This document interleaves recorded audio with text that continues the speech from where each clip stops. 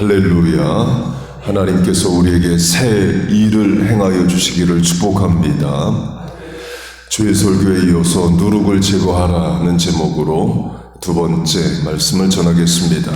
본문은 예수님의 십자가 사건을 유월절로 연결을 시킵니다. 그러면서 본문 위아래 문맥은 전부 다 누룩을 제거하라 이에요. 죄로 대표되는 구수박습으로 대표되는 것을 끊으라를 말합니다.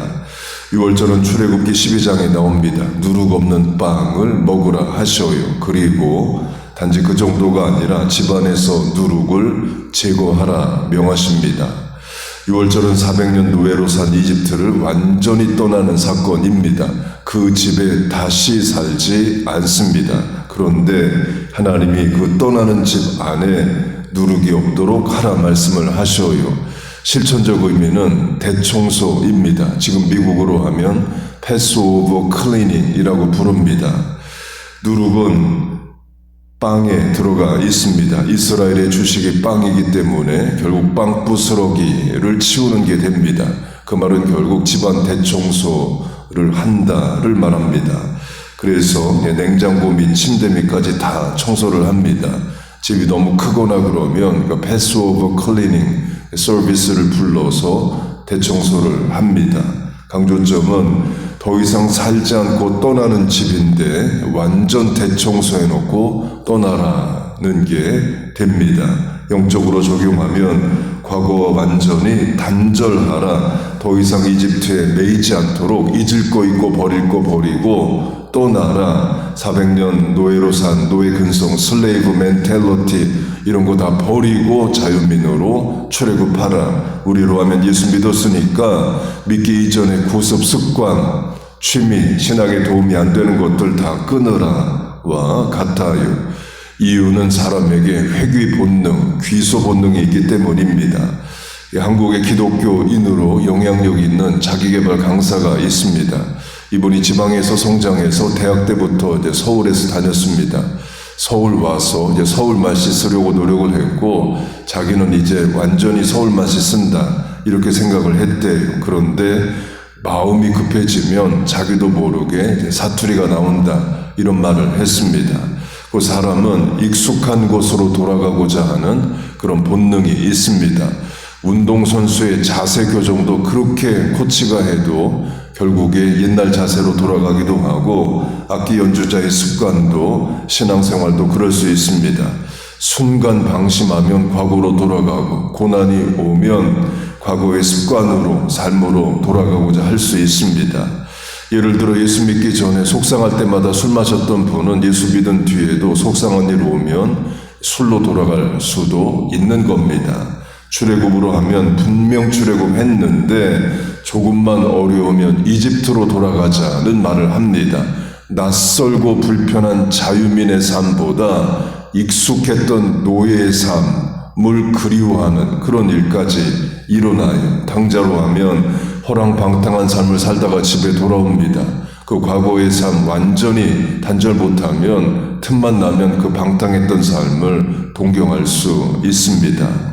그래서 하나님이 누룩을 제거하라로 대표되는 완전히 대청소 다 하고 잊을 거 잊고 버릴 거 버리고 출애굽하라 하셨다 생각합니다. 고린도후서 말씀으로 하면 이전 것은 지나갔으니 보라 새 것이 되었도다. 새 것이 된 인생 이전 것에 얽매이지 말라 이에요.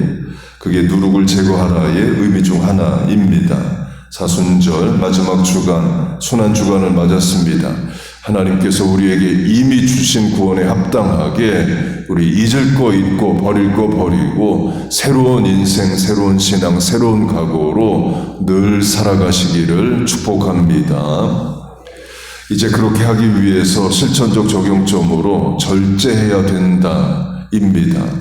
그렇게 유월절 절기에 먹는 빵은 누룩이 없이 밀가루 반죽만 해서 구운 빵입니다. 무미 맛이 없는 그런 빵입니다. 확대 적용하면 하나님께 드리는 빵도 누룩 없는 빵입니다. 출애굽 후 광야에서 성막, 회막이 만들어집니다. 텐트 오브 미팅, 하나님이 만나주시는 장소이면서 동시에 presence of God, 하나님의 임재를 뜻하는 공간이 회막, 천막입니다. 그 텐트 안에는 누룩 없는 빵 12개를 늘 놓으라 하셔요. 진설병, 영어로 bread of presence, 하나님의 임재의 빵입니다. 히브리어로 레헴 파님입니다. 레헴은 베들레헴 할 때 레헴으로 빵을 말하고 파님은 하나님의 얼굴을 뜻합니다. 하나님의 존전 앞에 놓는 빵입니다. 이스라엘이 12지파라서 12개의 빵을 놓습니다. 진설병을 드리는 방법은 매 안식일마다 12개의 누룩 없는 빵을 만들어 올리고 또 일주일 지난 빵은 이제 물려냅니다. 일주일 지나서 물려나온 빵은 제사장들이 먹습니다. 사무엘상을 보면 다윗이 진설병을 먹었다는 이야기가 나오는데 그 물려나온 빵을 먹은 것을 말합니다. 예외적으로 다윗이 먹어요. 그 빵은 누룩 없는 빵이기 때문에 이제 무미, 맛이 없습니다. 제사장들이 일주일마다, 안식일마다 반복하는 게 뭐냐? 맛없는 빵 먹는 거예요. 영적으로 적용하면 세상의 자극적인 것들, 육신이 바라는 것들로부터 절제하고 통제하는 것을 말합니다.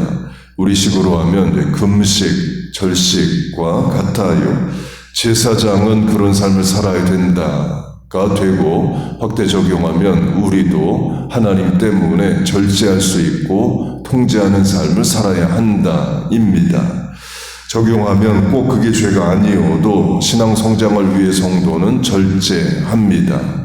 그걸 교회의 역사로 하면 천주교회, 서방교회와 동방교회, 그리스 정교회, 러시아 정교회, 아르메니아 정교회 같은 동방교회에서는 사순절에 육식, 소고기, 돼지고기, 닭고기를 못 먹게 합니다. 서방교회, 천주교회는 생선은 먹게 해요.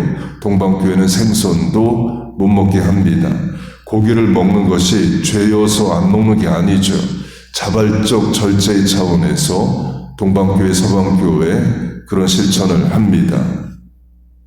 그런데 우리 개신교는 천주교가 하는 거 안 따라하기 때문에 고기를 안 먹는 실천 강조 안 하고 또 따라하지도 않습니다. 이미 16세기 종교개혁 때부터 따라하지 않았어요. 이유는 천주교회가 고기를 안 먹는 실천은 하는데 그 대신에 생선, 해물류를 더 많이 먹는, 오히려 사순절에 고기만 안 먹지 더 배부르게 먹는 것 때문에 종교개혁자들은 그 실천을 거부했습니다. 쯔빙글리 같은 종교개혁자는 일부러 사순절의 광장에서 소세지를 먹습니다. 소세지 어페어라고 하는데 그래서 또 붙잡혀가서 재판받고 그랬습니다.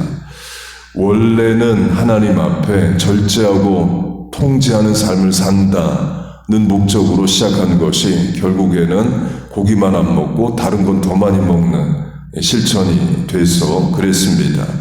지금으로 하면 사순절에 고기 안 먹는 실천보다 SNS, 유튜브, 게임 이거 안 하는 게 훨씬 더 어려울 수 있습니다. 중고등학생들에게 너 하루 금식할래? 아니면 하루 동안 핸드폰 안 쳐다볼래? 그러면 금식하겠다고 할 수 있습니다. 그렇게 제사장이 안식일마다 일주일 전에 누룩 없는 빵을 먹습니다. 일주일 전에 빵이기 때문에 이미 딱딱해지고 차가운 빵이죠. 하루만 지나도 그런데 일주일 지난 빵을 먹습니다. 자발적 절제라고 적용할 수 있습니다. 6월절과 연결하면 출애굽기 12장을 보면 6월절에는 쓴 나물, 비터 허브를 먹어라 이런 말씀을 하셔요. 역시 자발적인 절제, 통제의 차원입니다.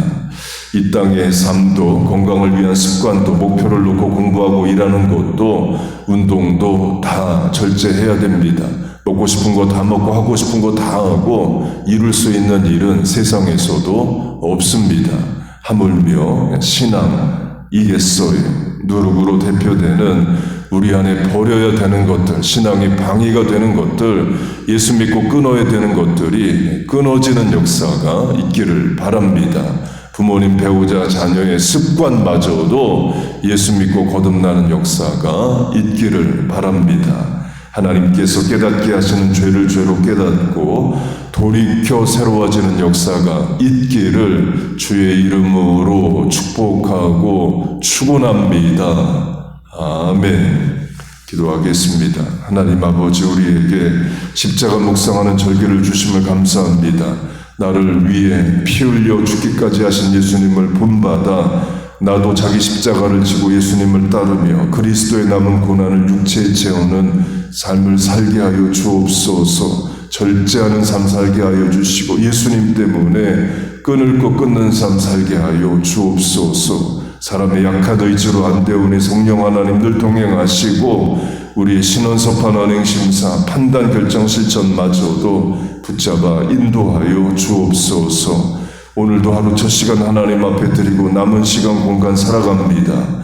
하나님 우리를 도우시고 연약한 인생을 붙들어 주옵소서. 간구하는 기도에 응답하여 주옵소서. 예수님의 이름으로 기도하옵나이다. 아멘.